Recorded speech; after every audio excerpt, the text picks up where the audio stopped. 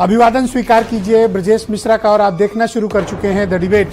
बहनों भाइयों, आज आप मेरे पीछे के इस पोस्टर को देख सकते हैं और आसानी से अंदाजा लगा सकते हैं कि आज हम किस मुद्दे पर बात करने जा रहे हैं। बहनों भाइयों, पिछले 15-20 दिनों से ये मुद्दा पूरे देश व्यापी हो चुका है और इसको लेकर बड़े मसले खड़े हो गए हैं कि क्या भारतीय जनता पार्टी को 400 सीट इसलिए चाहिए कि वो संविधान खत्म करना चाहती है, आरक्षण खत्म करना चाहती है, चुनाव खत्म करना चाहती है।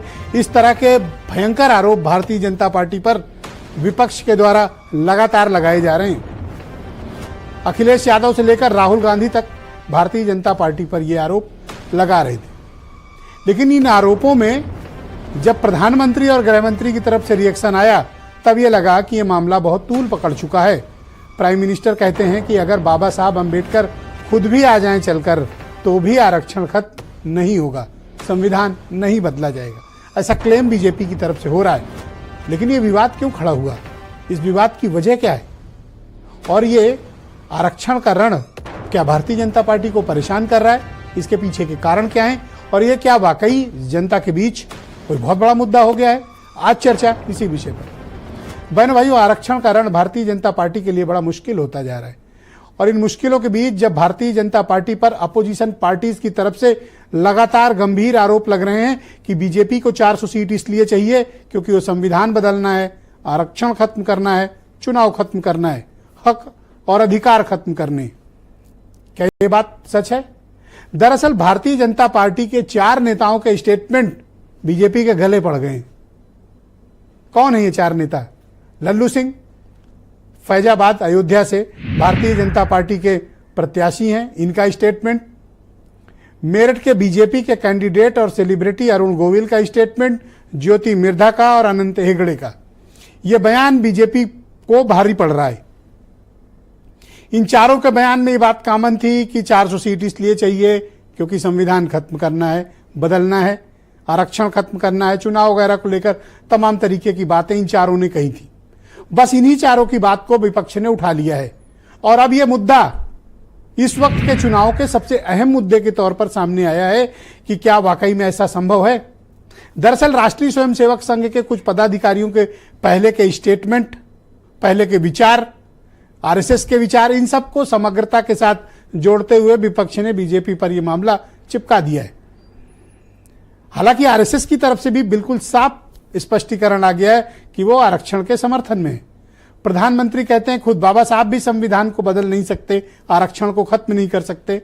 जैसे ही बीजेपी की तरफ से ये बात आती है, अपोजिशन फिर कहने लगता है कि इनकी नीयत खराब है, भरोसा न करना, अगर ये जीते संविधान खत्म होगा। जनता के बीच ये बात बहुत रिसाउंड कर रही, पब्लिक के बीच ये बात पहुंच रही है। अब ये रियल भी है, प्रोपोगेंडा भी है, हर तरह के वीडियोज इस वक्त चलते हैं। कुछ सही वीडियो थे जो इन चारों के थे जो मैं बताया, उसके बाद अमित शाह केंद्रीय गृह मंत्री, इनके एडिटेड स्टेटमेंट चलाए गए, फेक वीडियोज भी चलाए गए जिसमें रिजर्वेशन खात्मे की बात कही जा रही, लेकिन वो वीडियो एडिटेड है। दिल्ली पुलिस उस पर कार्रवाई भी कर रही है। प्रधानमंत्री 3-4 बार ये कह चुके हैं आरक्षण खत्म नहीं होगा, संविधान नहीं बदला जाएगा और इस देश की जो लोकतांत्रिक प्रक्रिया है वो और मजबूत होगी, खत्म होने का तो सवाल ही नहीं। तो फिर यह मुद्दा इतना ज्यादा तूल क्यों पकड़ रहा है? दरअसल राहुल गांधी, अखिलेश यादव और आम आदमी पार्टी के नेता संजय सिंह इस मुद्दे को लगातार बड़ा व्यापक और हर कार्यक्रमों में, अपनी हर रैली में और अपने हर प्रेस कॉन्फ्रेंस में इस मुद्दे को अपोजिशन बहुत प्रमुखता के साथ उठा रहा है, क्योंकि यही वो मुद्दा है जो विपक्ष को ताकत और भारतीय जनता पार्टी को डिफेंसिव कर रहा है। बहन भाइयों, क्या है इन लोगों के स्टेटमेंट और ताजा प्रतिक्रिया? हमने कुछ बयान आज सिलेक्ट किए हैं, मैं चाहता हूं कि उन बयानों को आप पहले सुन लें, फिर आज की परिचर्चा को हम आगे बढ़ाएंगे।